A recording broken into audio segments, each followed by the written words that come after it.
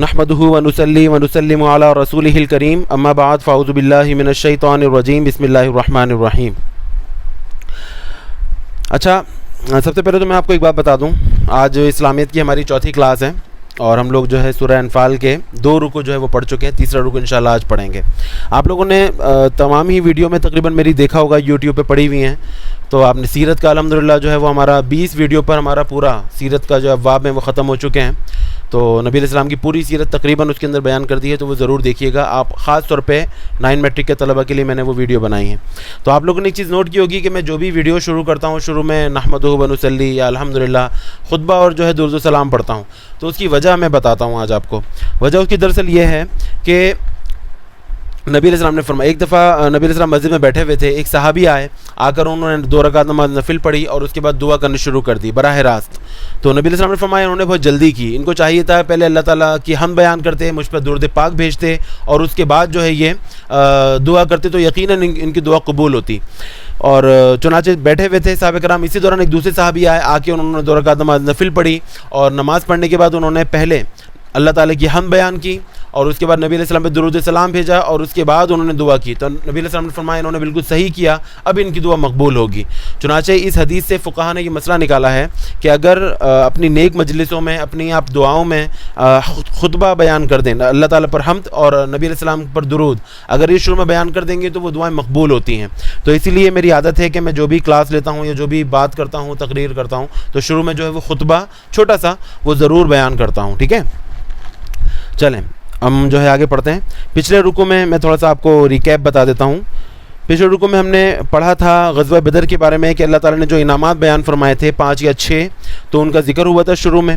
اس کے بعد اللہ تعالیٰ نے فرمایا تھا کہ 2 وجہوں کے علاوہ کسی وجہ سے جو ہے آپ میدان جنگ سے فرار اختیار نہیں کر سکتے، میدان جنگ سے بھاگ نہیں سکتے، اور وہ 2 صورتیں کیا تھیں؟ ایک تو یہ تھی کہ اپنی فوج میں آپ واپس جا کر ملنا چاہیں، اور دوسری یہ تھی کہ میدان جنگ میں کوئی آپ پینترا بدلیں، آپ کوئی چال چلیں، جنگی چال چل کے کافروں کو مارنا چاہیں۔ ان 2 صورتوں میں آپ پیٹ پھیر سکتے ہیں، ان کے علاوہ آپ میدان جنگ میں پیٹ نہیں پھیر سکتے، ٹھیک ہے؟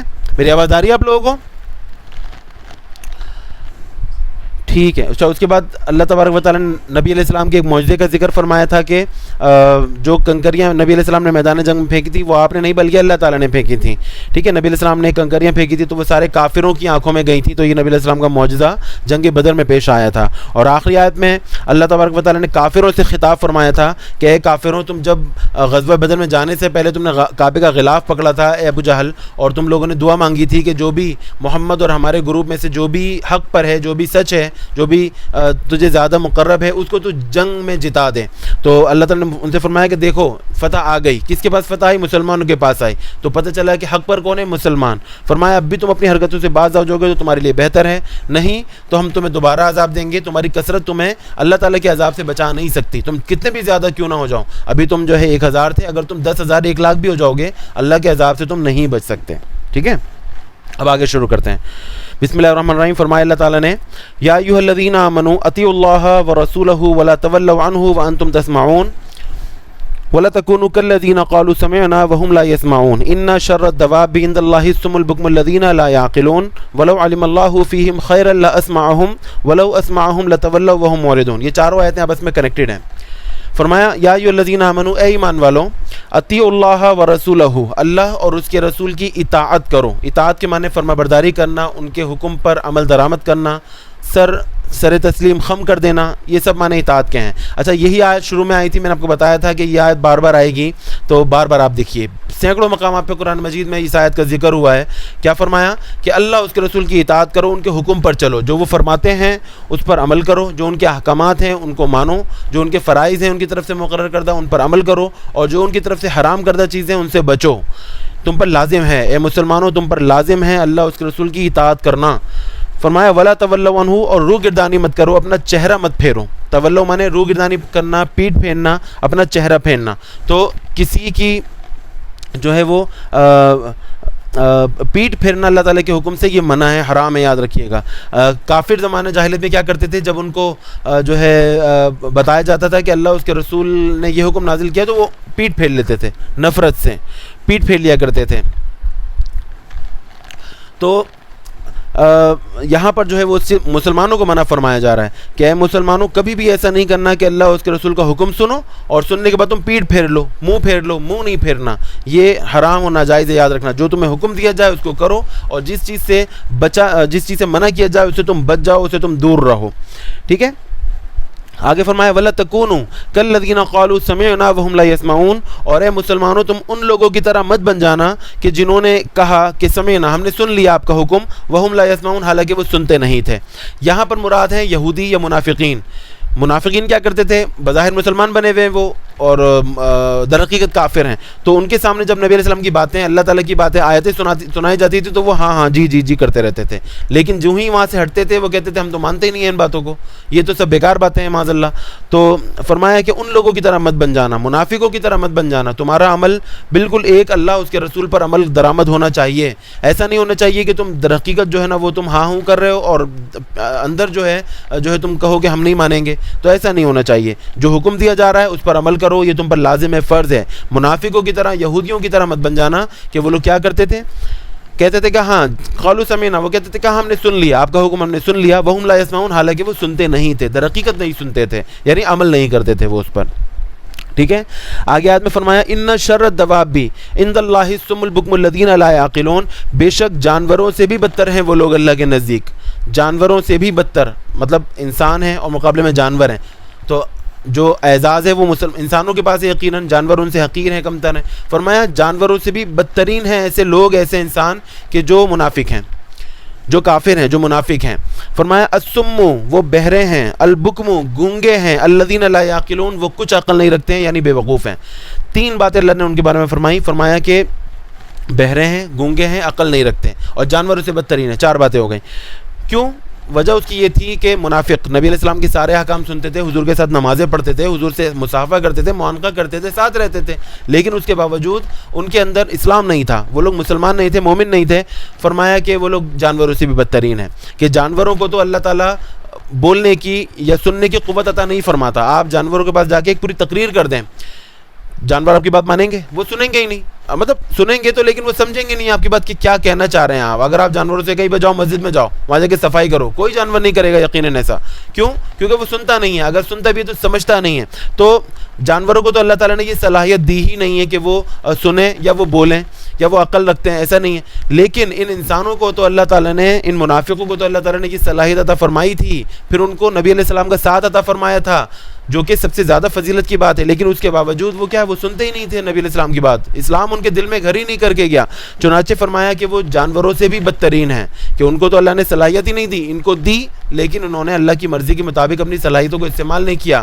چنانچہ یہ لوگ بہرے ہیں، یہ لوگ گونگے ہیں، یہ لوگ عقل نہیں رکھتے، بالکل بے وقوف ہیں۔ ان کو اندازہ کب ہوگا؟ جب یہ مر جائیں گے، جب یہ آخرت میں اللہ تعالیٰ کے سامنے حاضر ہوں گے، پھر ان کو اندازہ ہوگا۔ اور قرآن کی دوسری آیت میں جیسے فرمایا کہ افسوس کریں گے کاش ہم ایسا نہیں کرتے، کاش ہم نبی علیہ السلام کی بات مان لیتے۔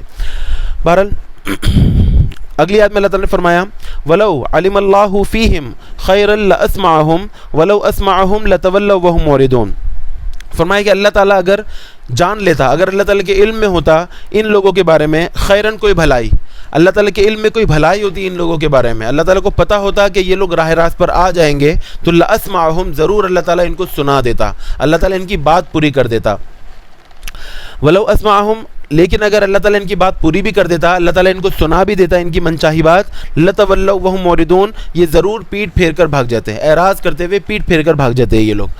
اس کا شان نزول کیا ہے؟ کچھ مفسرین فرماتے ہیں اس آیت کا شان نزول یہ ہے کہ کچھ کافر جمع ہو کے نبی علیہ السلام کے پاس آئے، مکہ میں جب نبی علیہ السلام تھے، اور آ کر کہنے لگے کہ اے محمد صلی اللہ علیہ وسلم، اگر آپ واقعی اللہ تعالیٰ کے سچے نبی ہیں، رسول ہیں، تو آپ قصی کو زندہ کر کے دکھا دیں۔ قصی کون تھے میں آپ کو بتا چکا ہوں، نبی علیہ السلام کا نسب آپ کو سنا چکا ہوں، سیرت کی جو پہلی ویڈیو تھی اس میں نبی علیہ السلام کا نسب بیان کیا، آپ وہ سنیے گا، دیکھیے گا، تو اس میں میں نے بتایا ہے نبی علیہ السلام کے جد خامس تھے، پانچویں دادا، یعنی نبی علیہ السلام کے دادا کے پردادا، دادا کے پردادا، یا یوں کہہ لیں نبی علیہ السلام کے پردادا کے دادا۔ میں آپ کو بتاتا ہوں، محمد صلی اللہ علیہ وسلم بن عبداللہ بن عبد المطلب بن ہاشم بن عبد مناف بن قصی، ٹھیک ہے، محمد بن عبداللہ حضور کے والد، بن عبد المطلب حضور کے دادا، بن عبد مناف حضور کے پردادا، بن کلاب، معاف کیجیے گا، محمد بن عبداللہ بن عبد المطلب بن ہاشم بن عبد مناف بن قصی، ٹھیک ہے. تو حضور کے جو دادا تھے ان کے پردادا ہیں یہ قصی. بڑا ان کا مرتبہ تھا, بہت مشہور تھے یہ عرب میں, اور انہوں نے بڑے شدید جو ہے نا بڑے شاندار قسم کے کام کیے عرب میں, مکے میں. خانہ کعبہ کو بنایا, اس کے زمزم کے کنویں کی تعمیر کروائی, بے شمار شاندار کام کیا. آپ ذرا وہ ویڈیو دیکھیے گا, آپ کو اندازہ ہوگا. تو نام چلا آ رہا تھا ان کا, لوگوں میں مشہور تھے وہ قصی. حالانکہ اتنا عرصہ گزر گیا تھا ان کے انتقال کو, لیکن لوگ جانتے تھے. بالکل اسی طرح جس طرح میٹرک کلاس کی کتاب میں آپ لوگ پڑھیں گے ایک چیپٹر کنگ فیصل, ٹھیک ہے, کنگ فیصل, شاہراہ فیصل جن کے نام پہ بنی ہے, شاہ فیصل کالونی جن کے نام پہ بنی ہے, فیصل بیس, ایئر بیس, پورا ہمارا فیصل. تو یہ فیصل کون ہے؟ تو فیصل میں آپ کو بتاؤں یہ سعودی عرب کا ایک بہت پرانا بادشاہ تھا, بہت اچھا نیک بادشاہ تھا, اور پاکستان کے ساتھ خاص طور پہ اس کے بڑے اچھے تعلقات تھے. پاکستانیوں کی بڑی اس نے خدمت کی, بڑی مدد کی مختلف مواقع پہ. چنانچہ پاکستان میں ان کو خاص طور پہ بہت اچھے طریقے سے یاد کیا جاتا ہے. باقاعدہ ٹاپک ہیں ان پر, تقاریر کی جاتی ہیں, کتاب میں باقاعدہ ان کے چیپٹر ہیں. اور آپ دیکھیں بڑی بڑی جو جگہیں ہیں وہ ان کے نام پر ہیں. شاہراہ فیصل پاکستان کی سب سے بڑی, کراچی کی سب سے بڑی سڑک ہے. پھر اس کے بعد شاہ فیصل کالونی کتنی بڑی جو ہے نا وہ کالونی ہے. پھر فیصل بیس, پورا جو ایئر فورس کا ایک بیس ہے پورا ان کے نام پر ہے. تو یہ فیصل ان کا نام چل رہا ہے. ہم میں سے کسی نے نہیں دیکھا ان کو, لیکن جانتے ہیں کہ فیصل تھے, انہوں نے بڑی خدمت کی تھی. یوں ہی قصی یہ بڑے مشہور تھے, نبی علیہ السلام کے جد خامس تھے, 5ویں دادا تھے یہ. تو یہ بڑے مشہور تھے. تو کچھ کافر جمع ہو کے نبی علیہ السلام کے پاس آئے اور کیا کہا, مطالبہ کیا کیا, اگر اللہ کے تم سچے رسول ہو قصی کو زندہ کر دو. قصی زندہ ہو کے تمہاری نبوت کی گواہی دے دے گا اگر, تو ہم سب بھی تم پر ایمان لے آئیں گے. تو اللہ تعالیٰ نے اس کے بارے میں یہ آیت نازل فرمایا وَلَوْ عَلِمَ اللَّهُ فِيهِمْ خَيْرًا, اگر اللہ تعالیٰ کو ان کے بارے میں کوئی بھلائی معلوم ہوتی, اگر اللہ تعالیٰ کے علم میں ہوتا کہ قصی کو زندہ کرنے سے یہ لوگ ایمان لے آئیں گے, لَأَسْمَعَهُمْ, تو ضرور اللہ تعالیٰ قصی کو زندہ کر دیتا. کوئی مشکل بات نہیں تھی, قصی کو زندہ کرنا کوئی مشکل بات نہیں تھی. اللہ تعالیٰ کا ایک بندہ حضرت سیدنا عیسیٰ علیہ السلام, ان کی یہ شان ہے کہ وہ ٹھوکر مار کے مردے کو زندہ کرتے تھے. تو اللہ تعالیٰ یا نبی علیہ السلام جو سارے رسولوں کے سردار ہیں, ان کی یہ شان نہیں ہو سکتی تھی کیا؟ فرمایا کوئی مشکل نہیں تھا قصی کو زندہ کرنا, وہ زندہ ہوتے اور کلمہ بھی پڑھ لیتے. لیکن کیا تھا, اللہ تعالیٰ کے علم میں تھا کہ یہ لوگ ایمان نہیں لائیں گے. لو اسمعہم, اگر اللہ تعالیٰ ان کی بات پوری بھی کر دیتا نا, قصی زندہ بھی ہو جاتے, زندہ ہو کر ایمان بھی لے آتے, لتولوا وہم موردون, پیٹ پھر کے بھاگ جاتے یہ لوگ, اعراض کر لیتے یہ لوگ. اور جس طرح کہ آپ نے بے شمار واقعات سنے ہوں گے کہ کیا ایک دفعہ جو ہے نا وہ ابو جہل آ گیا, کہا کہ بتاؤ میرے ہاتھ میں کیا ہے. نبی علیہ السلام نے فرمایا کہ میں بتاؤں یا جو تمہارے ہاتھ میں ہے وہ بتائیں. دیکھو کنکریاں ہیں تمہارے ہاتھ میں, ساتھ جو تم نے راستے سے اٹھائی ہیں, دیکھو کیا کہہ رہی ہیں.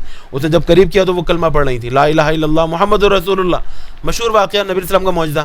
اس نے کنکریاں پھینکی, کہا تم تو جادوگر ہو, بھاگ گیا. ٹھیک ہے, یہ مشہور واقعہ. پھر نبی علیہ السلام کے پر مطالبہ کیا کہ زمین تو زمین ہے, تم چاند کے 2 ٹکڑے کر کے جھکاؤ. بے شمار مکے والوں کے سامنے, کفار کے سامنے نبی علیہ السلام نے آسمان کی طرف انگلی اٹھائی, ایسے اشارہ فرمایا, چاند 2 ٹکڑے ہو گیا. بے شمار صحابی اس کے گواہ ہیں, سارے کافر اس کے گواہ تھے. لیکن جو ایمان لانے والے تھے وہ لائے. اکثر کافر جو ہے یہ کہہ کے چلے گا یہ تو جادو ہے, تم نے تو ہماری آنکھوں پہ جو ہے نا وہ پردہ ڈال دیا, ہمیں نظر آ رہا ہے, ایسا ہوا نہیں ہے. تو یہ کافروں کی عادت تھی. یوں ہی وہ درخت والا واقعہ, ابو جہل آیا, کہا کہ وہ درخت ہے, اس کو بلا لو, اگر یہاں چل کے آ جائے گا تو میں ایمان لے آؤں گا. نبی علیہ السلام نے کہا کہ جاؤ اس کو کہو کہ اللہ کے رسول تمہیں بلاتے ہیں.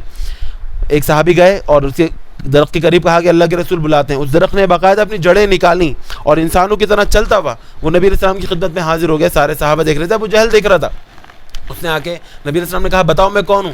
اس نے کلمہ پڑھا, اس نے کہا اشہد ان لا الہ الا اللہ وانا محمد رسول اللہ, میں گواہی دیتا ہوں آپ اللہ تعالیٰ کے رسول ہیں, آخری نبی ہیں آپ. فرمایا کہ جاؤ اپنی جگہ جا کے کھڑے ہو جاؤ. وہ درخت واپس گیا, اس نے اپنی جڑیں واپس زمین میں داخل کی اور کھڑا ہو گیا. یہ اتنا شاندار معجزہ دیکھ کر, من چاہا معجزہ دیکھ کر بھی وہ کافر ایمان نہیں لایا, حتیٰ کہ جنگ بدر میں کتے کی موت مرا ابو جہل. بتانے کا مقصد یہ تھا, ان کافروں کا طریقہ تھا یہ آ جاتے تھے تنگ کرنے کے لیے, مختلف قسم کے سوال کرتے تھے, اس کا جواب دو اگر نبی ہو تو. حضور بتا بھی دیا کرتے تھے, ان کی بات پوری بھی کرتے تھے, پھر بھی وہ اسلام نہیں لاتے تھے. تو یہاں پر اللہ تعالیٰ یہی بات بیان فرما رہا ہے کہ وَلَوْ عَلِمَ اللَّهُ فِيهِمْ خَيْرًا لَأَسْمَعَهُمْ, اگر اللہ تعالیٰ کے علم میں ہوتا کہ وہ ایمان لے آئیں گے, ان کو بھلائی اللہ تعالیٰ کو پتہ ہوتی, لَأَسْمَعَهُمْ, تو ضرور اللہ تعالیٰ ان کی بات پوری فرما دیتا. فرمایا لیکن اگر ان کی بات پوری فرما دیتا تو ضرور وہ پیٹ پھیر کر چلے جاتے, بات نہیں مانتے. ٹھیک ہے, یہ جو ہے زمانہ جاہلیت کے, نبی علیہ السلام کے زمانے کے کافروں کی یہ عادت تھی. بڑے سخت کٹر کافر تھے وہ لوگ. ٹھیک ہے, اگلی آیت دیکھیں, بڑی شاندار ہے. فرمایا یا ایھا الذین آمنوا استجیبوا للہ وللرسول اذا دعاکم لما یحییکم, اے ایمان والوں اللہ اور اس کے رسول کی پکار کا جواب دو. اللہ اور اس کے رسول جب تمہیں بلائیں تو تم جواب دو ضرور. اذا دعاکم, جب وہ تمہیں بلائیں, لما یحییکم, ایسے کام کی طرف جو تمہیں زندگی بخشتا ہے, جو تمہیں حیات بخشتا ہے. ٹھیک ہے, اللہ اس کو جب تمہیں کسی کام کے لیے بلائیں تو ضرور ان کی پکار کا جواب دو. اچھا, اب اس میں 2 پوائنٹ ہیں. ایک تو یہ کہ آپ دیکھیں اللہ اور اس کے رسول, للہ ولی رسولی دو ہیں نا, تو عربی میں دو کے لیے تثنیہ کا صیغہ استعمال ہوتا ہے, لیکن یہاں پہ اللہ تعالیٰ نے واحد کا صیغہ استعمال کیا ہے. اذا دعاکم جب وہ تمہیں بلائیں, وہ ایک تمہیں بلائیں, پیچھے دو کا ذکر ہے لیکن یہاں پر فرمایا اذا دعاکم جب وہ ایک تمہیں بلائیں. تو اس میں لاجک یہ ہے کہ اللہ اس کے رسول یقیناً دونوں کا کام جو ہے وہ ایک ہی ہے, اللہ اس کے رسول دونوں ایک ہی کام کی طرف, دین کی دعوت کی طرف تمہیں بلاتے ہیں. تو جو بھی تمہیں بلائے گا یقیناً تم پر لازم ہے کہ تم ان کی پکار کا جواب دو.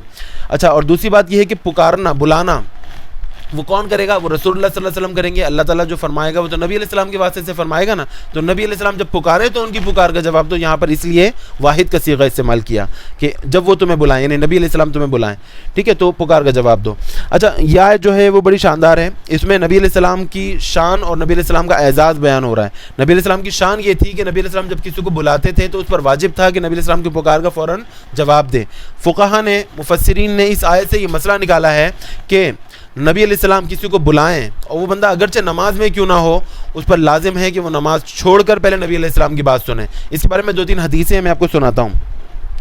بخاری شریف کی حدیث ہے, امام بخاری نے اپنی صحیح میں یہ حدیث روایت کی ہے کہ حضرت سیدنا ابو سعید بن معلا رضی اللہ تعالیٰ عنہ صحابی ہیں, فرماتے ہیں کہ میں نماز پڑھ رہا تھا کہ رسول کریم صلی اللہ علیہ وسلم نے مجھے آواز دی, یاد فرمایا. کہتے ہیں نماز ختم کرنے کے بعد میں حاضر ہوا اور عرض کی کہ یا رسول اللہ صلی اللہ علیہ وسلم, جب آپ نے مجھے پکارا تھا تو میں نماز پڑھ رہا تھا, تو اس لیے میں فارغ ہو کر آپ کی خدمت میں حاضر ہوا ہوں. حضور نے فرمایا کہ اے ابو سعید, کیا تم نے اللہ تعالیٰ کا یہ حکم نہیں پڑھا؟ پھر نبی علیہ السلام نے یہ آیت تلاوت کی, استجیبوا للہ وللرسول اذا دعاکم لما یحییکم, یعنی جس وقت تمہیں اللہ اس کے رسول تمہیں پکاریں, تمہیں بلائیں, تو تم فوراً حاضر ہو جاؤ. تو کیا تم نے یہ مسئلہ نہیں سنا تھا؟ تمہیں چاہیے تھا تم نماز چھوڑ کے پہلے میری بات سنتے. اس حدیث سے فقہا نے یہ مسئلہ نکالا ہے کہ اگر وہ صحابی نبی علیہ السلام کی بات سننے کے لیے نماز چھوڑ کے آ جاتے, ان کی نماز نہیں ٹوٹتی. نبی علیہ السلام کی بات سنتے, ان کی بات پر عمل کرتے, جو فرماتے, پھر جا کے وہیں سے نماز شروع کر دیتے, ان کی نماز نہیں ٹوٹتی, کیونکہ نبی علیہ السلام جو بلاتے وہ بھی دین کے لیے بلاتے. ٹھیک ہے, تو نبی علیہ السلام کی یہ شان ہے. خاص طور پہ صرف یاد رکھیے گا, نبی علیہ السلام کی یہ شان تھی کہ اگر نبی علیہ السلام حکم دیتے تو فرض نماز کو بھی چھوڑ کر صحابہ کو حاضر ہونا پڑتا. یہ نبی علیہ السلام کی شان ہے. اچھا, ان کے مقابلے میں والدین, اور والدین میں صرف والدہ کا یہ مقام ہے. میں آپ کو بتاؤں, مسئلہ ہے کہ اگر والدہ پکاریں اور بندہ نفل نماز پڑھ رہا ہو تو اس پر لازم ہے کہ نفل نماز توڑ دے اور توڑ کر پہلے والدہ کی بات سنیں. والد کے لیے حکم نہیں ہے, والدین میں سے صرف والدہ کے لیے یہ حکم ہے. یہ اجازت شریعت دیتی ہے کہ والدہ کا اتنا بڑا مقام ہے کہ اگر وہ بلائیں اور بندہ نفل نماز پڑھ رہا ہو, نہ سنت نہ واجب نہ فرض, نفل نماز اگر پڑھ رہا ہو تو لازم ہے کہ نماز توڑ دے, جہاں تک بڑی ہو نماز توڑ دے, پہلے والدہ کا جو ہے نا وہ بات سنیں, بات کام جو بھی کریں وہ کریں, اور اس کے بعد جا کے دوبارہ سے نماز شروع کریں. نہیں, تو یہ والدہ کا اعزاز ہے, یہ والدین کا مقام ہے, یاد رکھیے گا. اور آج ہم کیا کرتے ہیں اپنی والدہ کے ساتھ, وہ ہمارے ساتھ کتنا خیال, کتنا احسان, اور ہم ان کے ساتھ کیا کرتے ہیں یہ اللہ جانتا ہے اور ہم جانتے ہیں. بہرحال ایک الگ ٹاپک ہے, ایک الگ موقع پہ الگ اس کی تقریر کروں گا. ٹھیک ہے, تو یہ آیت نبی علیہ السلام کی شان میں نازل ہوئی. آگے فرمایا وَاعْلَمُوا أَنَّ اللَّهَ يَحُولُ بَيْنَ الْمَرْءِ وَقَلْبِهِ وَأَنَّهُ إِلَيْهِ تُحْشَرُونَ. اے مسلمانوں, جان لو تم یہ بات, تمہارا علم میں ہونی چاہیے یہ بات کہ أَنَّ اللَّهَ يَحُولُ بَيْنَ الْمَرْءِ وَقَلْبِهِ, بے شک اللہ تعالیٰ کا حکم حائل ہو جاتا ہے. یحول مانے حائل ہو جانا, درمیان میں آنا. أَنَّ اللَّهَ يَحُولُ, بے شک اللہ تعالیٰ کا جو حکم ہے وہ حائل ہو جاتا ہے, درمیان میں آ جاتا ہے بندے کے اور اس کے دل کے ارادوں کے.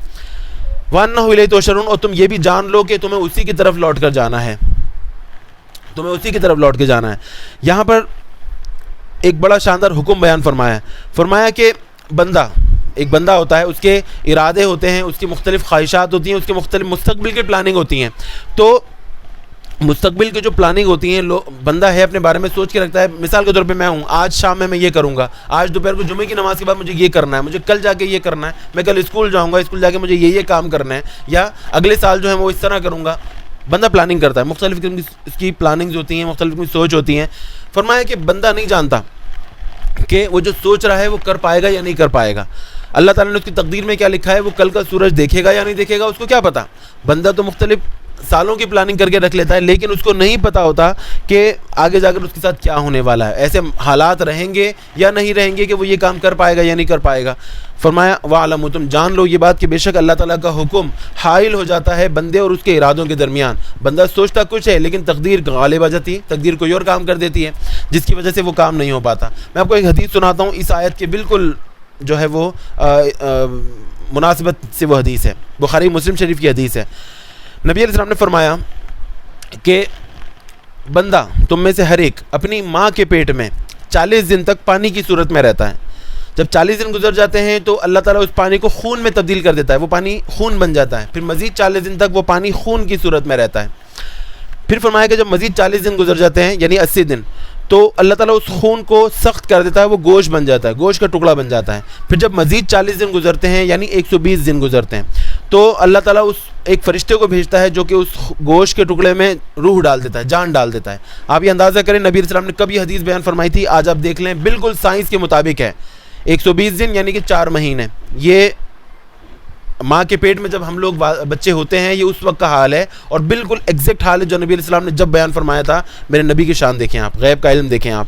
تو 120 دن بچے کی جو ہے وہ حیات کا وقت ہے. یہ 120 دن بعد بچے میں جان پڑ جاتی ہے, یہ آج سائنس مانتی ہے. نبی علیہ السلام نے جب فرمایا تھا, تو حدیث اب آگے چل رہی ہے. فرمایا کہ جب مزید 40 دن گزر جاتے ہیں تو اللہ تعالیٰ فرشتے کو بھیجتا ہے اور وہ اس میں روح ڈال دیتا ہے, اور 4 باتوں کا حکم وہیں لکھ دیتا ہے. اس کی زندگی کتنی ہوگی, اور اس کی زندگی جو ہے وہ خوشبخت ہوگی یا بدبخت ہوگی, زندگی میں اس کو کیا ملے گا, اور پھر فرمایا کہ اس کی جو ہے نا روزی رزق اس کا کتنا ہوگا, اور اس کی موت جو ہے وہ کب ہوگی. یہ 4 باتوں کا حکم بندے کا اسی وقت لکھ دیا جاتا ہے جب بندہ پیدا بھی نہیں ہوتا, اس میں روح ڈالی جاتی ہے. اس کے بعد مزید جب پورے 9 مہینے پورے ہوتے ہیں تو پھر بچہ پیدا ہوتا ہے. یہ جب کی بات ہے. اچھا, نبی علیہ السلام نے فرمایا, یہ بیان فرمانے کے بعد فرمایا کہ بندہ عمل کرتا رہتا ہے, نیک عمل کرتا رہتا ہے, اتنے زیادہ نیک عمل کرتا ہے کہ اس کے اور جنت کے درمیان 1 گز کا فاصلہ رہ جاتا ہے. بس 1 قدم بڑھائے گا اور جنت میں داخل ہو جائے گا. فرمایا کہ پھر تقدیر غالب آ جاتی ہے اللہ تعالیٰ کی, اور اس کے بعد وہ بندہ کوئی ایسا کام کر دیتا ہے جس کی وجہ سے وہ جہنم میں داخل کر دیا جاتا ہے. اندازہ کریں, اتنے نیک کام کر رہا ہے کہ اس میں اور جہنم میں 1 گز کا فاصلہ ہے, 1 قدم بڑھائے گا جنت میں داخل ہو جائے گا. لیکن تقدیر اللہ تعالیٰ کی جو لکھی ہوئی پہلے سے وہ غالب آ جاتی ہے, اور بندہ کوئی ایسا گناہ کر دیتا ہے جس کی وجہ سے اس کو جہنم میں داخل کر دیا جاتا ہے. پھر فرمایا, حدیث چل رہی ہے آگے, پھر فرمایا کہ بندہ گناہ کرتا رہتا ہے, اتنے گناہ کرتا ہے کہ اس کے اور جہنم کے درمیان 1 گز کا فاصلہ رہ جاتا ہے, کہ ایک غلط کام اور کرے گا اور وہ جہنم داخل کر دیا جائے گا. فرمایا کہ لیکن تقدیر غالب آ جاتی ہے, اور پھر وہ کوئی ایسا نیک کام کر دیتا ہے جس کی وجہ سے اس کی مغفرت ہو جاتی ہے. حدیث ختم ہوئی. حدیث سمجھ میں آئی ہوگی آپ لوگوں کو, لیکن اس کے اندر آپ دیکھیں کتنے پوائنٹ اور کتنی جو ہے نا سبق کی باتیں ہیں, بے شمار. تقدیر جو میں آپ کو بتانا چاہ رہا تھا, وَعْلَمُوا أَنَّ اللَّهَ يَحُولُ بَيْنَ الْمَرْءِ وَقَلْبِهِ, جان لو کہ اللہ تعالیٰ کا حکم حائل ہو جاتا ہے بندے اور اس کے ارادوں کے درمیان. ایک بندہ ہے, گناہ گار ہے, وہ نمازیں نہیں پڑھتا, وہ روزے نہیں رکھتا, بالفرض وہ سارے گناہ کرتا ہے, لیکن آپ کو کیا پتا کہ وہ جہنمی ہے؟ آپ کو کیا پتا کہ مرنے سے پہلے وہ توبہ نہیں کر لے گا؟ آپ کو کیا پتا کہ اس کی شفاعت نہیں کر دی جائے گی؟ آپ کو کیا پتا کہ مرنے سے پہلے کوئی ایسا کام کر دے جس کی وجہ سے اللہ تعالیٰ مغفرت فرما دے؟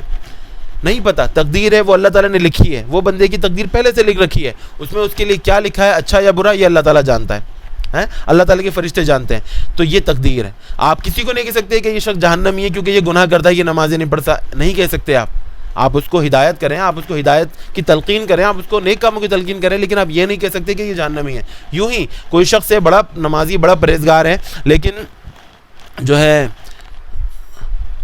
اچھا یہاں پہ کلاس ختم ہونے کا وقت ہو رہا ہے بھائی. میں یہ بتا دوں آپ لوگوں کو, اگر بالفرض اگر یہاں سے کلاس ختم ہو جاتی ہے نا, تو میں دوبارہ کلاس جو ہے بنا لوں گا. آپ لوگ کنیکٹ رہیے گا, ٹھیک ہے, تاکہ یہ رکو پورا کر لیں. 9 منٹ ہیں ابھی. تو کیا بتا رہا تھا میں بھول گیا. تو بندے اور اس کے ارادوں کے درمیان اللہ کا فیصلہ, اللہ کی تقدیر جو ہے وہ حائل ہو جاتی ہے, درمیان میں آتی ہے. ہمیشہ یاد رکھیے گا. میں آپ کو ایک واقعہ سناتا ہوں. بنی اسرائیل کا یہ واقعہ ہے. ایک شخص تھا بڑا گناہ گار, اتنا گناہ گار تھا کہ اس نے تمام گناہ جو تھے وہ کیے تھے, ہر گناہ وہ کرتا تھا, نیکیاں اس کے پاس نام کو نہیں تھی. لوگوں میں مشہور تھا کہ فاسق اور فاجر ہے. چنانچہ ایک دن وہ سفر میں نکلا, کہیں جا رہا تھا, تو راستے میں جنگل سے گزرتے ہوئے اس کو پیاس لگی. کنواں نظر آیا, نیچے اترا, پانی پیا. پانی پی کے جب باہر نکلا تو دیکھا کہ کتا جو ہے وہ پیاس سے تڑپ رہا ہے. دل میں رحم آ گیا, نیچے اترا, اپنے جوتے کے اندر یا اپنے موزے کے اندر اس نے جو ہے وہ پانی بھرا, باہر نکل کے کتے کو پلا دیا. بظاہر اس کے سارے گناہ تھے, لیکن یہ نیک عمل تھا, اللہ تعالیٰ کو پسند آ گیا. تھوڑا سا آگے چلا, کسی پتھر سے ٹکرا کے یا کسی گڑھے میں گر کے وہ مر گیا, جان نکل گئی. مرنے کے کچھ عرصے کے بعد کسی شخص نے, اس کو جاننے والے نے خواب میں دیکھا کہ وہ تو جنت میں ٹہل رہا ہے. تو کہا کہ بھائی تم تو بڑے فاسق و فاجر تھے, تمہارے تو کوئی نیکی تو ہمیں پتہ ہی نہیں تھی, تم تو سارے گناہ کیا کرتے تھے, تو یہ کیا تم جنت میں تم کیا کر رہے ہو؟ اس نے کہا ہاں تم ٹھیک کہہ رہے ہو کہ سارے گناہ جو ہے وہ میرے نامہ اعمال میں تھے, کوئی نیکی نہیں تھی, لیکن مرنے سے پہلے میں نے ایک نیکی کر دی تھی, ایک جانور کو جو ہے وہ کتے کو میں نے پانی پلا دیا, اللہ تعالیٰ کو وہ ادا ایسی پسند آئی, سارے گناہ معاف کر دیے, مجھے جنت میں داخل کر دیا. آپ مجھے بتائیں یہ آیت یا جو حدیث میں نے پہلے سنائی تھی بالکل مطابق نہیں ہے؟ بندہ گناہ کرتا رہتا ہے, اس کے جہنم میں 1 گز کا فاصلہ رہ جاتا ہے, لیکن کوئی نیکی, کوئی ایسی تقدیر اس پہ غالب آ جاتی ہے, اللہ تعالیٰ اس کو جنت میں داخل کر دیتا ہے. ایک اور واقعہ بنی اسرائیل کا مشہور واقعہ آپ نے سنا ہوگا. کیا تھا کہ ایک شخص تھا بڑا ظالم قاتل, 99 قتل کیے تھے اس نے, 99 لوگوں کو مارا تھا, بے گناہ لوگوں کو. تو جب 99 لوگوں کو اس نے مارا تو اس کے دل میں کہیں سے یہ بات آ گئی کہ یار میری تو مغفرت نہیں ہو سکتی, میں کیا کروں, میں نے تو بڑا گناہ گار ہوں. تو اپنی گناہوں کا پچھتاوا, جو پشیمانی کہتے ہیں, تو یہ سن کر پھر وہ ایک کسی مشہور عالم تھا اس کے پاس گیا بنی اسرائیل کے. کہا کہ معاملہ میرا یہ ہے کہ میں نے 99 قتل کیے ہیں, بڑا جو ہے نا میں گناہ گار ہوں, تو کیا میری مغفرت ہو سکتی ہے؟ اگر میں توبہ کروں تو میری مغفرت ہو جائے گی. تو وہ جو عالم تھا, وہ جو بھی تھا, اس نے کہا کہ اتنے گناہ, تمہارے 99 قتل تم نے کیے, تو تمہاری تو مغفرت نہیں ہو سکتی بھائی, تم تو جو ہے بڑے گناہ گار ہو. تو اس نے جب یہ سنا تو غصہ آ گیا. اس نے کہا اچھا جب 99 قتل کیے ہیں تو ایک اور کیوں نہیں. اس نے اس کو آدمی کو بھی قتل کر دیا, 100 قتل ہو گئے. پھر گھر گیا, پھر اس کے دل میں وہ پچھتاوا اور ندامت جو ہے وہ آئی. پھر اس کو کسی نے مشورہ دیا, اس نے کہا کہ جو ہے فلاں جگہ اللہ تعالیٰ کے نیک لوگ رہتے ہیں, اللہ تعالیٰ کے نیک لوگ ہیں, وہاں عبادت کرتے ہیں فلاں پہاڑ پر, تو تم وہاں چلے جاؤ, وہاں جا کے تم توبہ استغفار کرو, ان کی مصاحبت اختیار کرو, تو اللہ تعالیٰ ضرور تمہاری مغفرت کر دے گا. بڑا خوش ہوا, سامان وغیرہ باندھا اور نیکی کے لیے, توبہ کے لیے وہ نکلا. وہ شخص راستے میں تھا کہ وقت آ گیا, وقت موت آ گیا, موت آ گئی, فرشتے آئے اور روح قبض کر لی, مر گیا وہ شخص راستے میں. اب اس کے مرنے کے بعد فرشتے آ گئے 2 قسم کے, ایک عذاب کے اور ایک رحمت کے. عذاب کے فرشتے کہنے لگے اس کی روح ہم لے کے جائیں گے کیونکہ یہ گناہ گار تھے, 100 قتل کیے تھے.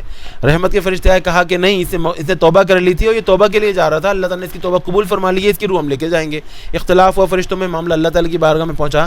اللہ تعالیٰ نے فرمایا کہ راستہ ناپو, اپنی گناہ کی زندگی سے جو یہ آ رہا تھا وہاں سے یہاں تک کا, اس کی مرنے کی جگہ تک کا, اور اس کی مرنے کی جگہ سے جہاں یہ جا رہا تھا نیکی کی جگہ پر, پہاڑوں پر, نیک لوگوں کے پاس, ان دونوں جگہ کا راستہ ناپو. جہاں کے زیادہ قریب ہوا وہ جگہ تصور کی جائے گی اس کا مقام. چنانچہ جب راستہ ناپا گیا, ایک روایت میں کہ اللہ تعالیٰ نے زمین کو لپیٹ دیا اس کی طرف اور اس کا راستہ کم کر دیا ان پہاڑ والوں کی طرف. چنانچہ راستہ ناپا گیا تو یہ ان لوگوں کے زیادہ قریب نکلا جو پہاڑ والے تھے, جو اللہ کے ولی تھے. چنانچہ اس کی مغفرت کر دی گئی, جنت میں داخل کر دیا گیا. آپ مجھے بتائیں تقدیر کیسی شاندار چیز ہے. لوگ تقدیر کو کوستے ہیں, یاد رکھیے گا گناہ ہے. تقدیر اللہ تعالیٰ کے علم کو کہتے ہیں, یہ بات یاد رکھیے گا. تقدیر کیسے کہتے ہیں؟ اللہ تعالیٰ کا علم. اللہ تعالیٰ نے ہمارے بارے میں اپنے علم سے جو کچھ جانا اس کو لکھ لیا, اس کو لکھ دیا اللہ تعالیٰ نے. اللہ تعالیٰ کو پتہ ہے کہ ہم کیا کریں گے کل. ایسا نہیں ہے کہ ہم پابند ہیں, ہم چاہیں بالفرض کل کی فجر کی نماز ہے, ہم چاہیں صبح اٹھیں پڑھیں نہیں پڑھیں ہمارے اختیار ہے, لیکن اللہ تعالیٰ نے اپنے علم سے پہلے سے جان لیا کہ ہم کل کی نماز پڑھیں گے یا نہیں پڑھیں گے. اللہ تعالیٰ نے اس کو لکھ دیا کہ یہ بندہ پڑھے گا نماز یا یہ بندہ نہیں پڑھے گا نماز, اس کو تقدیر کہتے ہیں. اور لوگ کیا ہے, تقدیر کو کوستے ہیں کہ معاذ اللہ میری نصیب میں ساری برائیاں ہیں, میرا نصیب خراب چلا ہے معاذ اللہ, اور میرا تقدیر خراب ہے اللہ تعالیٰ نے. اس طرح کی الٹی سیدھی باتیں, اس میں بعض اوقات کفر بھی ہو جاتا ہے. بہت بچنا چاہیے. اللہ تعالیٰ کا علم ہے, اچھی ہو یا بری تقدیر ہو اس پر راضی رہنا چاہیے, اور چاہیے یہ کہ اچھے اعمال کریں تاکہ اللہ تعالیٰ ہماری تقدیر کو اچھا بنا دیں. تقدیر بدل بھی جاتی ہے, یہ بات یاد رکھیے گا, ٹھیک ہے. نگاہ مرد مومن سے بدل جاتی ہے تقدیریں. علامہ اقبال کا مشہور شعر ہے کہ جو نگاہ مرد مومن ہے, اولیاء اللہ جو ہوتے ہیں تو ان کی نگاہوں سے تقدیر بدل جایا کرتی ہے, یہ بات یاد رکھیے گا. تو اللہ تعالیٰ بدل دیتا ہے تقدیریں. تو لیکن اس کا مطلب یہ نہیں ہے کہ اگر کوئی برائی پہنچ رہی ہے آپ کو یا آپ کے نصیب میں کچھ جو ہے وہ برائیاں آ رہی ہیں, بیماریاں آ رہی ہیں, تو آپ جو ہے تقدیر کو کوسنا شروع کر دیں. گناہ ہے, یاد رکھیے گا, گناہ کبیرہ حرام ہے یہ, تو اس سے بچنا چاہیے. تو یہاں اس آیت میں آپ کو اچھی طرح پتہ چل گیا ہوگا کہ تقدیر کی اہمیت کیا ہے. فرمایا وَعْلَمُوا أَنَّ اللَّهَ يَحُولُ بَيْنَ الْمَرْءِ وَقَلْبِهِ, تم جان لو کہ اللہ تعالیٰ کا حکم حائل ہو جاتا ہے بندے کے اور اس کے ارادوں کے درمیان. وَأَنَّهُ إِلَيْهِ تُحْشَرُونَ, تم یہ بھی جان لو کہ ہم سب کو اللہ ہی کی طرف لوٹ کر جانا ہے, تم اسی کی طرف تم سب کو جمع کیا جانا ہے. ٹھیک ہے, اچھی خاصی لمبی چوڑی تقریر ہو گئی تقدیر پر. اچھا 3 منٹ باقی ہیں تو کلاس میں ختم کر کے دوبارہ شروع کرتا ہوں, آپ لوگ الرٹ رہیے گا, پاؤز کریں. چلیں پھر دوبارہ کنٹینیو کرتے ہیں, ویڈیو رک گئی تھی ہماری. آگے فرمایا اللہ تعالیٰ نے وَاتَّقُوا فِتْنَةً لَا تُصِيبَنَّ الَّذِينَ ظَلَمُوا مِنْكُمْ خَاصَّةً وَاعْلَمُوا أَنَّ اللَّهَ شَدِيدُ الْعِقَابِ.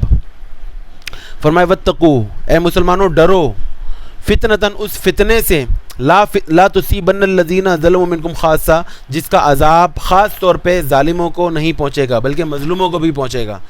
اس فتنے سے, اس گناہ سے ڈرو, اس گناہ سے بچو کہ جس کا عذاب خالی ظالموں پر نہیں آئے گا. مطلب جو ظلم کرنے والے ہیں, جو گناہ کرنے والے ہیں, خالی ان پر اس کا عذاب نہیں آئے گا, بلکہ ان لوگوں پر بھی آئے گا جو مظلوم ہیں.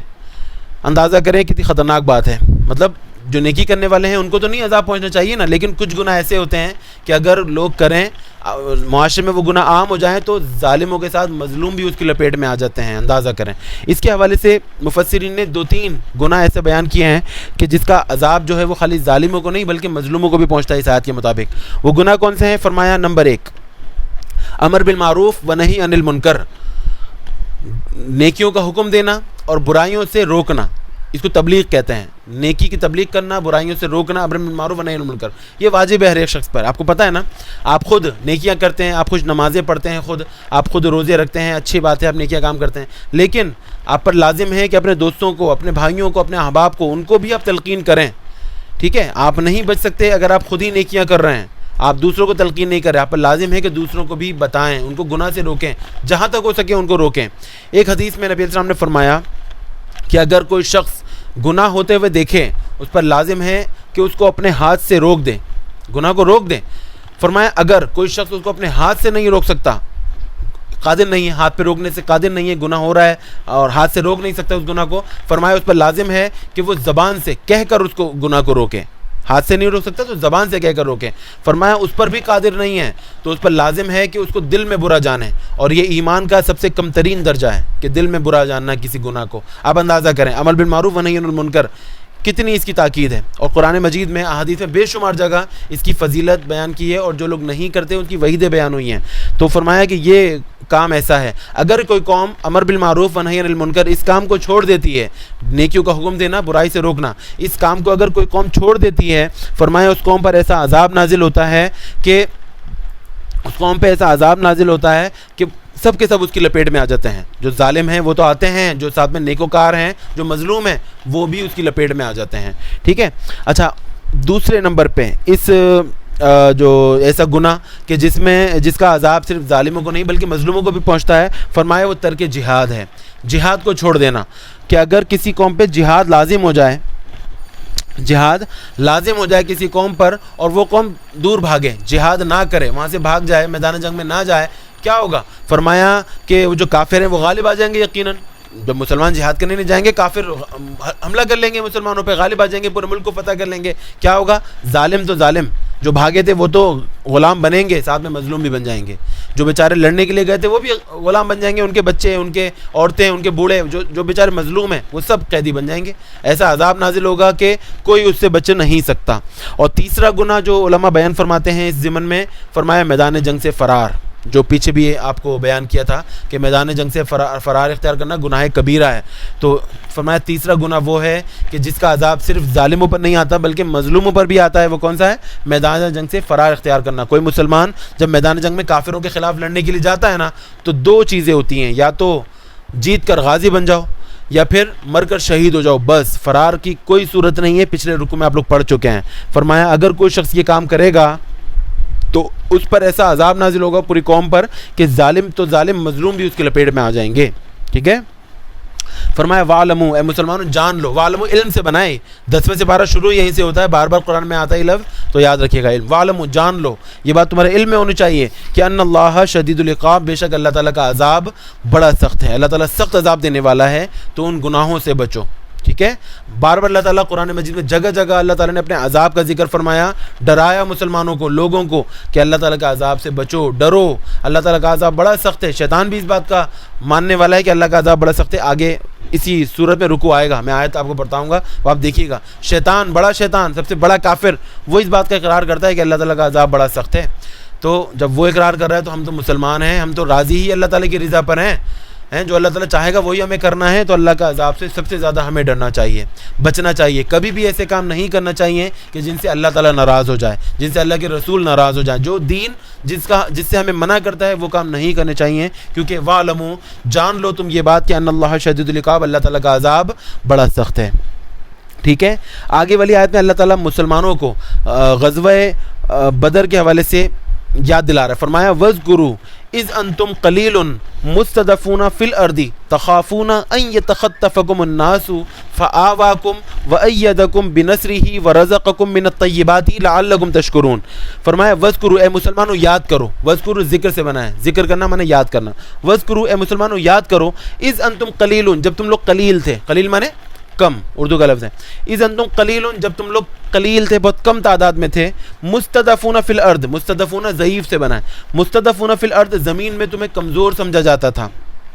تخافون, اچھا میں بتا دیتا ہوں, یہ ذکر ہے جب مسلمان مکہ میں تھے, بہت کم تعداد میں تھے یقیناً ہجرت سے پہلے, بہت کم تعداد میں تھے. مسلمانوں پہ جا بجا ظلم ہوتے تھے. نبی علیہ السلام کے ساتھ بھی یہ لوگ الٹی سیدھی حرکتیں کیا کرتے تھے, تنگ کرنے والی. تو فرمایا وَاذْكُرُوا اے مسلمانوں وہ وقت یاد کرو جب تم مکہ میں تھے. اِذْ أَنْتُمْ قَلِيلٌ جب تم لوگ بہت تھوڑی تعداد میں تھے. مُسْتَضَعْفُونَ فِي الْأَرْضِ سرزمین مکہ میں تمہیں کمزور سمجھا جاتا تھا, تم پر ظلم ہوتے تھے. تخافون تمہیں یہ خوف لگا رہتا, تخافون خوف سے بنا ہے. تخافون تمہیں یہ خوف لگا رہتا تھا أَن يَتَخَطَّفَكُمُ النَّاسُ, یہ مشکل لفظ ہے قرآن کا, اس کو ذرا بار بار آپ لوگ بھی پڑھیے گا قرآن میں دیکھیں. أَن يَتَخَطَّفَكُمُ النَّاسُ, ٹھیک ہے, أَن يَتَخَطَّفَكُمُ النَّاسُ تمہیں یہ خوف لگا رہتا تھا, تمہیں یہ ڈر لگا رہتا تھا کہ لوگ تمہیں اچک کر نہ لے جائیں. لوگ سے مراد کافر ہیں, کافر تمہیں اچک کر نہ لے جائیں, یعنی کافر تمہیں کوئی تکلیف نہ پہنچائیں, کافر تمہارے ساتھ کوئی ظلم و زیادتی نہ کریں. تمہیں یہ ڈر لگا رہتا تھا, بچ بچ کے چھپ چھپ کے تم عبادتیں کرتے تھے. تو وہ وقت یاد کرو ہیں.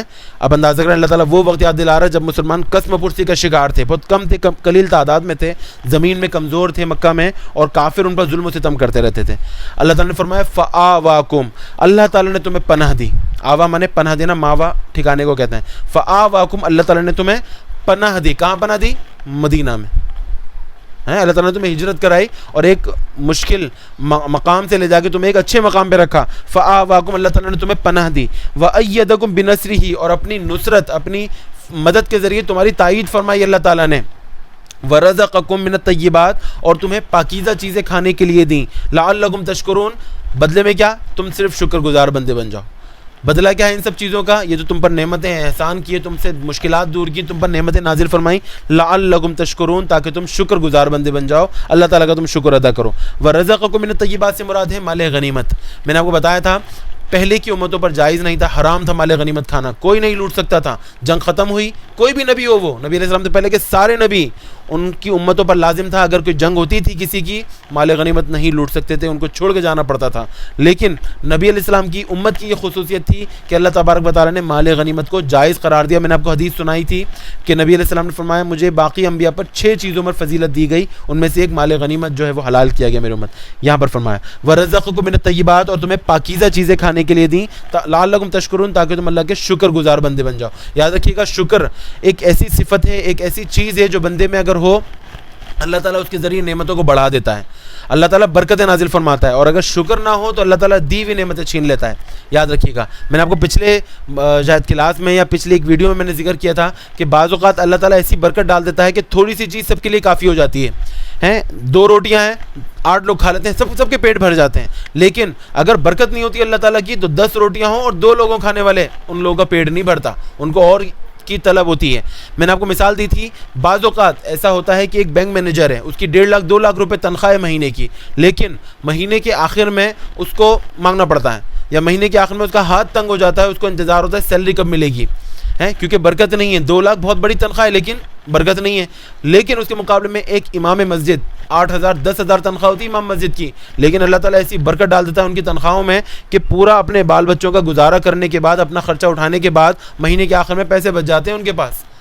آپ اندازہ کریں, کہاں 10,000 کہاں 2 لاکھ, لیکن جہاں برکت ہو وہ چیز جو ہے نا اصل ہے. فرمایا گیا کہ برکت مانگو, کثرت نہیں مانگو, برکت مانگو. کسی چیز کی کثرت تمہیں فائدہ نہیں پہنچائے گی, برکت تمہیں فائدہ پہنچائے گی. تم چاہتے ہو تمہارے پاس چیزیں بہت زیادہ ہوں, لیکن اگر ان میں برکت نہیں ہوگی نا تو وہ بیکار ہیں, وہ ختم ہو جائیں گی.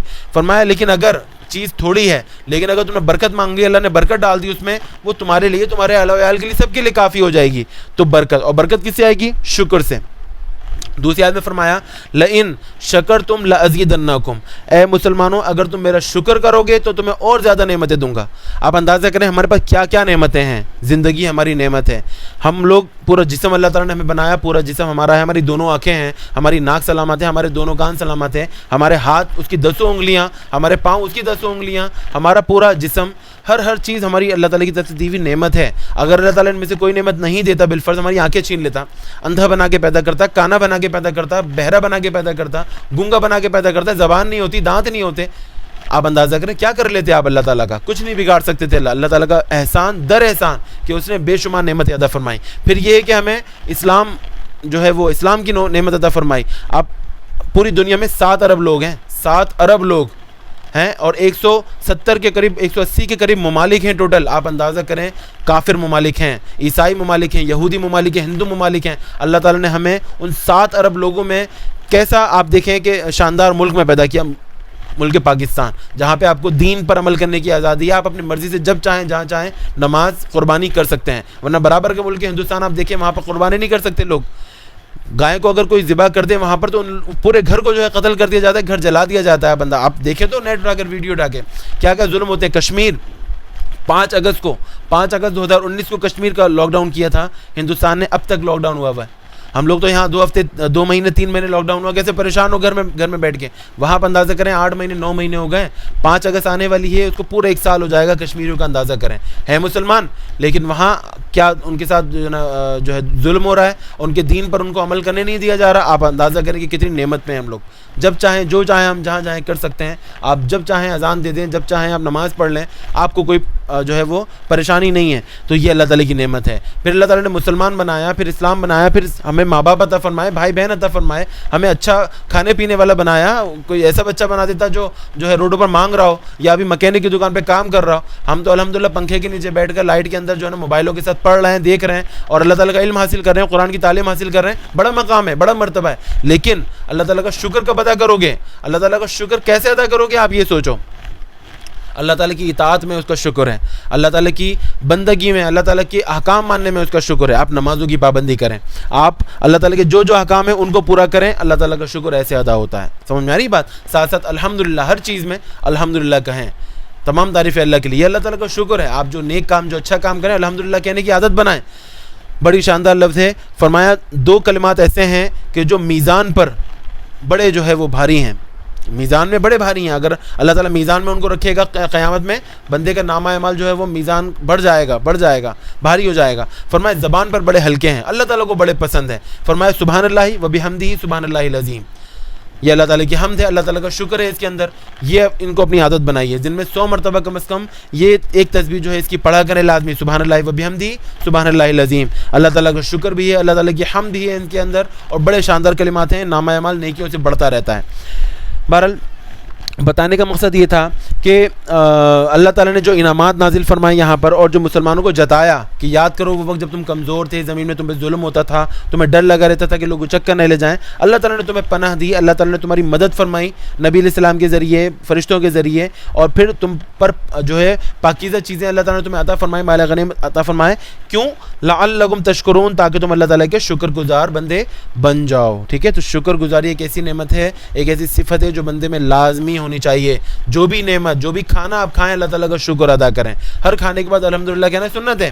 ہر نیک کام کے بعد, ہر اچھے کام کے بعد جو بھی آپ کو نعمت ملے آپ الحمدللہ کہا کریں. اس کو اپنی عادت بنائیں. ٹھیک ہے, آگے چلتے ہیں. فرمایا یا ایھا الذین آمنوا, اے ایمان والوں, لا تخونوا اللہ والرسول وتخونوا اماناتکم وانتم تعلمون. امانت اور خیانت 2 الگ الگ صفتیں متضاد ہیں. امانت اسلام کی پہچان ہے, اسلام کی صفت ہے. خیانت اسلام کے خلاف ہے. فرمایا یا ایھا الذین آمنوا, اے ایمان والوں, لا تخونوا اللہ والرسول. تخونوا خیانت سے بنا ہے. لا تخونوا اللہ والرسول, اللہ اور اس کے رسول کی امانت میں خیانت مت کرو. وتخونوا اماناتکم, اور آپس میں اپنی امانتوں میں بھی خیانت مت کرو. وانتم تعلمون, جان بوجھ کر. آیت ختم ہو گئی. لیکن آپ اندازہ کریں, باقاعدہ اللہ تعالیٰ نے ایک آیت نازل فرمائی امانت میں خیانت نہ کرنے کے بارے میں. اب وہ 3 قسم کی امانتیں ہیں جن میں خیانت نہیں کرنی. ایک اللہ تعالیٰ کی امانت, ایک رسول اللہ صلی اللہ علیہ وسلم کی امانت, اور ایک آپس میں ایک دوسرے کی امانت. تو اب وہ کیا ہیں اللہ تعالیٰ کی امانتیں کیا ہیں؟ مفسرین فرماتے ہیں, حضرت سیدنا عبداللہ ابن عباس فرماتے ہیں, مفسر قرآن فرماتے ہیں کہ لا تخونوا اللہ بترک فرائضہ, اللہ تعالیٰ کی امانت میں خیانت نہ کرو, مطلب اللہ تعالیٰ کے فرائض کو نہ چھوڑو. جو اللہ تعالیٰ نے چیزیں فرائض جو فرض کی ہیں ان چیزوں کو نہ کرو, نہ چھوڑو, یعنی ان پر عمل کرو لازمی. فرمایا والرسول بترک سنتی، رسول صلی اللہ علیہ وسلم کی امانت میں خیانت نہ کرو، مطلب ان کی سنت کو نہ چھوڑو، نبی علیہ السلام کی جو بھی سنتیں ہیں، جو بھی نبی علیہ السلام کے احکامات ہیں ان پر عمل کرو. تو اگر کوئی شخص اللہ تعالیٰ کے احکام پر عمل نہیں کرتا تو وہ اللہ تعالیٰ کی امانتوں میں خیانت کر رہا ہے. اللہ تعالیٰ نے قرآن ہمیں عطا فرمایا، اللہ تعالیٰ نے اپنے احکام عطا فرمائے، وہ اللہ تعالیٰ کی امانتیں ہیں ہمارے پاس. اگر ان پر ہم عمل نہیں کریں گے، جو فرائض ہیں ان کو ادا نہیں کریں گے، جو حرام چیزیں ہیں ان سے نہیں بچیں گے، تو ہم اللہ تعالیٰ کی امانت میں خیانت کر رہے ہیں، یاد رکھیے گا. یوں ہی نبی علیہ السلام کی جو سنتیں ہیں، نبی علیہ السلام کی جو احادیث ہیں، جو فرمان ہیں، ان پر عمل کرنا، اگر ان پر عمل نہیں کریں گے تو گویا نبی علیہ السلام کی امانتوں میں ہم خیانت کر رہے ہیں. بڑی ایک شاندار ایک بات ہے، واٹس ایپ پہ چلتی ہے، شاید آپ لوگوں نے سنی ہو نہیں سنی ہو. کہتے ہیں لوگ کہ صحابہ کرام اور ہم میں کیا فرق ہے. صحابہ کرام نبی علیہ السلام کی سنت کو اس لیے ادا کرتے تھے کیونکہ یہ نبی علیہ السلام کی سنت ہے. خاص طور پہ صحابہ کرام نبی علیہ السلام کی سنتوں پہ عمل کرتے تھے. اور کیوں کرتے تھے؟ کہ نبی علیہ السلام کی سنت ہے، میرے آقا کی سنت ہے، اس پہ عمل کرو. اور ہم لوگ سنت کو اس لیے چھوڑ دیتے ہیں کہ یہ تو سنت ہے، فرض کوئی ہے. اندازہ کریں آپ لوگ کیسی ایک لاجک ہے اور کیسی ایک مترادف بات ہے. صحابہ کرام سنت کو سنت سمجھ کے کرتے تھے، ان کو پتہ تھا کہ نبی علیہ السلام کی سنت ہے تو اس پر عمل کرنا لازم ہے. اور ہم لوگ سنت کو سنت سمجھ کے چھوڑ دیتے ہیں. ہم کیا کرتے ہیں؟ یا سنت تو ہے، کون سی فرض ہے کون سی واجب ہے، سنتیں چھوڑ دو. لیکن یہ بات یاد رکھیے گا، نبی علیہ السلام کی سنتوں پر عمل کرنا لازم ہے. اور نہیں اگر آپ عمل کریں گے تو لا تخون اللہ والرسول، اس کی زد میں آ جائیں گے. فرمایا اللہ اس کے رسول کی امانتوں میں خیانت مت کرو. اللہ کی امانت یعنی اللہ تعالیٰ کے فرائض اور اس کے حرام کردہ چیزیں، وہ اللہ تعالیٰ کی امانتیں ہیں، ان میں خیانت مت کرو. فرائض کو چھوڑو مت اور حرام کو اختیار مت کرو. اور فرمایا رسول صلی اللہ علیہ وسلم کی امانتیں کیا ہیں؟ ان کی سنتیں، ان کے احکام، جو بھی نبی علیہ السلام نے فرمایا، احادیث اور سنتیں نبی علیہ السلام کی ہمارے پر امانتیں ہیں، ان پر عمل کرو تاکہ امانت کا حق ادا ہو. نہیں عمل کرو گے تو خیانت ہو جائے گی. فرمایا وَتَخُونُوا أَمَانَاتِكُمْ، اپنی امانتوں میں خیانت نہ کرو. تو دو قسم کی امانتیں ہوتی ہیں مسلمانوں کے آپس میں دو قسم کی امانتیں ہوتی ہیں. ایک تو جو باقاعدہ امانتیں دی جاتی ہیں، بھئی یہ رکھ لو، فلاں وقت پہ آپ سے لے لوں گا، یہ چیز آپ رکھ لیں، امانت ہے آپ کے پاس، میں لے لوں گا. فرمایا امانت میں خیانت کرنا گناہ ہے. امانت میں خیانت نہیں کر سکتے. جو چیز آپ کو کسی نے رکھوائی ایز اٹ از وہی چیز آپ کو واپس کرنی پڑے گی. امانت داری کا تقاضا ہے یہ. اگر نہیں کریں گے واپس تو یہ خیانت ہو جائے گی، بڑا سخت گناہ ہے. نبی علیہ السلام فرمایا لا ایمان لمن لا امانت اللہ، اس شخص کا کوئی ایمان نہیں ہے جس میں امانت داری نہیں ہے، جس میں امانت داری نہیں ہے. مزید فرمایا لا ایمان لمن لا عہد اللہ، اس شخص میں کوئی ایمان نہیں ہے جس میں عہد کی پاسداری نہیں ہے، وعدہ خلافی جس میں ہے اس میں ایمان نہیں ہے.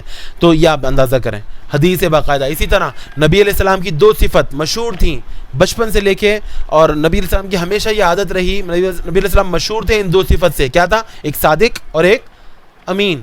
صادق اور امین نام آپ نے سنا ہوگا. نبی علیہ السلام کو نام سے کم بلاتے تھے لوگ، ان القاب سے زیادہ قریش کفار یہ بلاتے تھے صادق اور امین. صادق کے معنی سچا اور امین معنی امانت دار. نبی علیہ السلام کی ایسی صفت، امانت میں امانت داری ادا کرنا ایسی صفت تھی نبی علیہ السلام کی، نبی علیہ السلام نے کبھی نہیں چھوڑی. حضور کو لقب سے پکارا جاتا تھا کہ امین ہے. آپ اندازہ کریں، یہاں تک کہ ہجرت کی رات جب نبی علیہ السلام جا رہے تھے اس وقت بھی حضور کے پاس کافر جو ہے وہ گھیرا بنا کے کھڑے ہوئے تھے قتل کرنے کے ارادے سے. اس وقت بھی نبی علیہ السلام کے پاس مکے کے کافروں کی امانتیں موجود تھیں جو نبی علیہ السلام نے حضرت علی کے حوالے کی اور فرمایا کہ ان کو ان کے مالکوں کے حوالے کر کے مدینے میں آ کے مجھ سے ملنا. آپ اندازہ کریں، جان کے دشمن ہیں لیکن امانتیں نبی علیہ السلام کے پاس رکھوا رہے ہیں. وجہ حضور کی امانت داری، کیونکہ کافر جو تھے، عرب کے جو لوگ تھے، وہ امانت داری میں بڑے کورے تھے. امانت داری ان میں نام کو نہیں تھی. ان کا دوست بھی اگر کوئی چیز ان کے پاس رکھوا دیتا تھا، کچھ سکے رکھوا دیتا تھا، مانگنے آتا تھا تو واپس نہیں لوٹاتے تھے. کہتے تھے کون سے، تم نے تو دیے ہی نہیں ہمیں، اور اگر دیتے تھے تو کم کر کے واپس کر دیتے، تم نے تو اتنے ہی دیے تھے. تو یاد رکھیے گا، امانت داری اسلام کا ایک ایسی صفت ہے، اسلام کی ایک ایسی صفت ہے جو بندہ مسلم میں ہونی چاہیے، بندہ مومن میں ہونی چاہیے. امانت داری آپ میں نہیں ہے تو آپ میں ایمان کی ایک صفت نہیں ہے، یاد رکھیے گا. ٹھیک ہے. اچھا، ایک تو یہ ہو گئی امانت داری. دوسری چیز، مسلمانوں کے راز، ایک دوسرے کے راز ایک دوسرے کے پاس امانت ہوتے ہیں. آپ کے والدین، آپ کے دوست احباب، آپ کے بھائی، آپ کے اساتذہ کچھ راز کی باتیں آپ کو بتاتے ہیں. آپ کو کہتے ہیں کہ یہ بات تمہیں بتا رہا ہوں، کسی کو بتانا نہیں. عام طور پہ ایسا ہوتا ہے. تو وہ باتیں یاد رکھیے گا، وہ امانت ہوتی ہیں آپ کے پاس. اگر آپ کسی اور سے بھی ذکر کر دیں گے نا جن کو ذکر کرنا منع تھا، یہ امانت میں خیانت ہو جائے گی. آپ اس آیت کی زد میں آ جائیں گے کہ اے ایمان والوں، اللہ اس کے رسول کی امانت میں خیانت نہ کرو اور آپس میں اپنی امانتوں میں خیانت نہ کرو. اللہ تعالیٰ نے حرام فرما دیا اس آیت کے ذریعے امانت میں خیانت کرنا. تو آپس میں جو امانتیں ہوتی ہیں وہ دو قسم کی ہوتی ہیں. ایک تو آپ کے پاس جو چیزیں رکھوائی جاتی ہیں ان کی امانتیں، ان میں خیانت نہیں کرنا ہے. دوسرے وہ باتیں، وہ راز کی باتیں جو آپ کے والدین، آپ کے بھائی بہن، آپ کے عزیز و اقربا، آپ کے دوست احباب، آپ کے اساتذہ، آپ کے شاگرد جو آپ سے ذکر کرتے ہیں اور کہتے ہیں کہ کسی کو بتائیے گا نہیں، تو آپ پر لازم ہے کہ ان کو آپ چھپا کے رکھیں، ان کو آپ کسی کو بتائیں نہیں تاکہ امانت میں خیانت نہ ہو. یہ بات یاد رکھیے گا، ٹھیک ہے. آخری آیت ہے رکوع کی، فرمایا اللہ تعالیٰ نے وَاعْلَمُوا انما اموالکم و اولادکم فتنہ وان اللہ عندہ اجر عظیم. دیکھو پھر سے آگے وعلمو، علم سے بنا ہے، کیا معنی؟ جان لو تم یہ بات، اے مسلمان ہو تمہارے علم میں ہونی چاہیے یہ بات کہ انما اموالکم و اولادکم فتنہ، بے شک تمہارا مال اور تمہاری اولاد فتنہ ہے. فتنہ کے معنی آزمائش. تمہارا مال اور تمہاری اولاد تمہارے لیے آزمائش ہیں. اللہ تعالیٰ نے جو تمہیں چیزیں عطا فرمائی ہیں نا، تمہیں مال بھی دیا، تمہیں اولاد بھی دی، تو یہ یوں ہی نہیں دی، یہ دے کر تمہیں آزمایا جا رہا ہے. اب کیسے آزمائش ہے آپ اندازہ کریں. دیکھیں اللہ تعالیٰ اگر کسی کو مال دیتا ہے تو مال دے کر اللہ تعالیٰ اس پہ کچھ احکامات بھی لازم کر دیتا ہے. اس پر زکوٰۃ و صدقات لازم ہو جاتے ہیں. زکوٰۃ واجبہ سال گزرنے کے بعد آپ پر لازم ہے کہ اس میں سے 2.5% اللہ تعالیٰ کی راہ میں ادا کریں. نہیں کریں گے گناہ گار ہو گئے، اللہ تعالیٰ کے فرض کو چھوڑنے کے، حرام کے جو ہے گناہ گار ہو گئے آپ. یوں ہی وقتاً فوقتاً لوگوں کی مدد کر دینا. اگر اللہ تعالیٰ نے آپ کو زیادہ عطا فرمایا ہے تو آپ ایسوں کی مدد کریں جن کو ضرورت ہے. آپ ان کی جو ہے ان کو صدقہ حسنہ بھی دے سکتے ہیں، ایسے صدقہ جو واپس نہیں مانگے، ان کو قرض دے کے ان کی مدد کر سکتے ہیں. آپ کا کوئی دوست رشتہ دار ضرورت مند ہے، مقروض ہے، اس کو کہیں اور ادا کرنا ہے، آپ اس کی مدد کر دیں، اللہ تعالیٰ آپ کو زیادہ عطا فرمائے گا. یہ ہے مال کی آزمائش. اللہ تعالیٰ اگر دیتا ہے تو اس کو نیک کاموں میں خرچ کرنا، یہ مسلمانوں کو یہ کرنا چاہیے. ٹھیک ہے. پہلا سپارہ شروع کی آیت ہے، فرمایا الف لام میم ذالک الکتاب لا ریب فیہ ھدی للمتقین الذین یؤمنون بالغیب ویقیمون الصلاۃ ومما رزقناہم ینفقون. فرمایا ھدی للمتقین، متقین کے لیے یہ قرآن جو ہدایت ہے. متقین کی صفات کیا بیان فرمائی؟ ومما رزقناہم ینفقون. آگے چل کے فرمایا کہ وہ متقین وہ لوگ ہیں جو ہم نے ان کو جو مال دیا اس میں سے اللہ کی راہ میں خرچ کرتے ہیں. یہ ہے متقین کی صفات. اندازہ کر رہے ہیں؟ تو شروع میں ہم لوگ پڑھتے ہیں اکثر اس چیز کو، تو آپ اندازہ کریں کہ اللہ کی راہ میں خرچ کرنا، مسجد میں جب جاتے ہیں تو صدقہ کر دینا، کبھی جو ہے مسجد میں چندہ ڈال دینا، لوگوں کی مدد کر دینا، فقراء کی مدد کر دینا، اپنے دوستوں کی اگر مقروض ہیں، کچھ ضرورت ہے، ان کو آپ مدد کر دیں، قرض دے دیں کہ آپ کو واپس لوٹا دیں گے، قرض حسنہ دے دیں کہ آپ ٹھیک ہے رکھ لیں، آپ کسی اور کی مدد کر دینا. تو اس طرح کر کے لوگوں کی مدد کرنی چاہیے. یہ مال کی زکوٰۃ نکلتی ہے، اس طرح یاد رکھیے گا. مال کا میل نکلتا ہے، اللہ تعالیٰ اس میں برکت عطا فرماتا ہے. ٹھیک ہے. اور اولاد آزمائش فرمایا کیسے؟ اولاد، اللہ تعالیٰ جب کسی کو اولاد عطا فرماتا ہے نا تو بڑی ذمہ داریاں عطا فرما دیتا ہے. یوں ہی نہیں والدین کا مرتبہ اللہ تعالیٰ نے یہ بنا دیا کہ والدہ کے قدموں کے نیچے جنت ہے.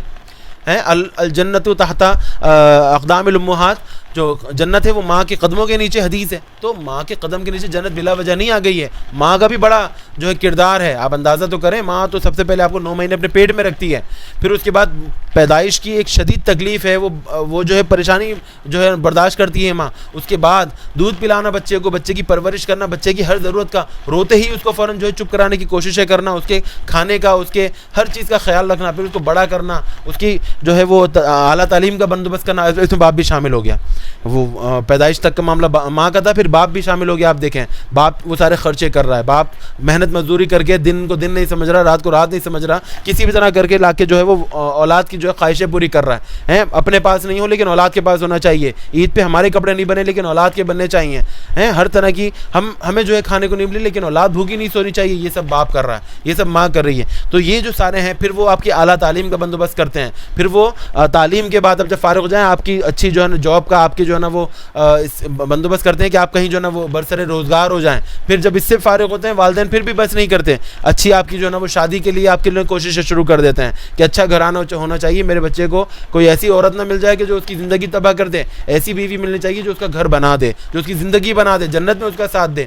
کوششیں کرتے ہیں، اچھی عورت، اچھی لڑکی تلاش کر کے نکاح شادی کرتے ہیں. وہ سارے اخراجات، وہ ساری ذمہ داریاں، پھر اس کے بعد بھی مرتے دم تک وہ ہر طریقے سے اپنی اولاد کی مدد کرتے رہتے ہیں. اپنے جو ہے وہ خیال نہیں کرتے لیکن اولاد کا خیال کرتے ہیں. تو یہ ہیں والدین کی ذمہ داریاں، اور یہ کم نہیں ہیں، یہ بڑی جو ہے نا وہ زبردست اور بڑی خطرناک قسم کی ذمہ داریاں ہیں. ہر ایک اس میں پورا نہیں اترتا. اچھا، پھر اس میں سب سے ایک اہم چیز ہے والدین پر لازم کہ وہ اپنی اولاد کی اسلامی جو ہے وہ تربیت کا انتظام کریں. شروع سے ہی اپنی اولاد کو اسلام اور ایمان کے بارے میں جو ہے وہ بتاتے ہیں، اسلام کے حکام جو ہے وہ نماز، روزہ، حج، زکوٰۃ سب چیزوں کی تعلیم دیں، تاکہ جب بچہ بالغ ہو جائے تو اس پر، آپ کو پتہ ہے بالغ ہوتے ہی ہر حکم لازم ہو جاتا ہے۔ جو ہی بندہ بالغ ہوا جس لمحے، اس لمحے اس پر نماز فرض ہو گئی، اس پہ جو ہے زکوٰۃ فرض ہو گئی اگر اتنا پیسہ ہے، اس پہ روزے فرض ہو گئے اگر رمضان چل رہا ہے، تمام چیزیں۔ تو یہ سب چیزیں پہلے سے آنی چاہیے۔ کون سکھائے گا؟ والدین سکھائیں گے، اساتذہ سکھائیں گے۔ اساتذہ کا مرتبہ بھی والدین کا ہے، اساتذہ کو بھی حدیث میں والدین بیان فرمایا نبی علیہ السلام نے۔ تو یہ والدین کا ایک فرض ہے، یہ ذمہ داری ہے، اپنی اولاد کی ایسی تربیت کرنی ہے کہ اگر جو ہے وہ اسلام کا معاملہ آئے تو بچے جو ہیں اس میں بالکل سامنے کھڑے ہوئے نظر آئیں، اگر دنیاوی معاملات ہیں بچے پیچھے نہ ہوں۔ تو یہی وجہ ہے کہ جو ہے ماں کے قدموں کے نیچے جنت نبی علیہ السلام نے بیان فرما دی، اور فرمایا کہ اس جنت کی کنجی جو ہے وہ باپ ہے۔ تو باپ کی خدمت کیے بغیر آپ جنت کا دروازہ نہیں کھول سکتے۔ آپ ماں کے قدموں میں لپٹے رہیں، باپ کی نافرمانی کریں، باپ کو اذیت دیں، آپ جنت میں داخل نہیں ہو سکتے، معاف کیجیے گا، جب تک کہ باپ بھی راضی نہ ہو جائے۔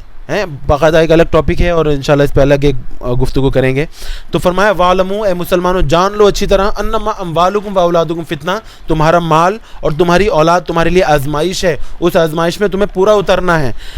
میں حدیث سناتا ہوں آپ کو۔ ایک نبی علیہ السلام کے پاس ایک بچے کو لایا گیا، نبی علیہ السلام نے اسے بوسہ دیا، چوما، اور فرمایا کہ اما انہم مبخلۃ مجبنۃ وانہم من ریحانۃ اللہ، فرمایا کہ بے شک یہ اولاد انسان کو بخیل بھی بنا دیتی ہے اور بزدل بھی بنا دیتی ہے۔ بخیل مانے کنجوس بھی بنا دیتی ہے اور بزدل بھی بنا دیتی ہے۔ فرمایا بے شک یہ اولاد جو ہیں، یہ بچے جو ہیں، اللہ تعالیٰ کے پھول ہیں، اللہ تعالیٰ کے پھول ہیں۔ آپ حدیث دیکھیں، نبی علیہ السلام کی محبت دیکھیں بچوں سے، اور بچوں کی شان دیکھیں۔ اللہ تعالیٰ نے، نبی علیہ السلام نے ان کو اللہ تعالیٰ کے پھول فرمایا کہ ان سے محبت کرو، ان سے پیار کرو۔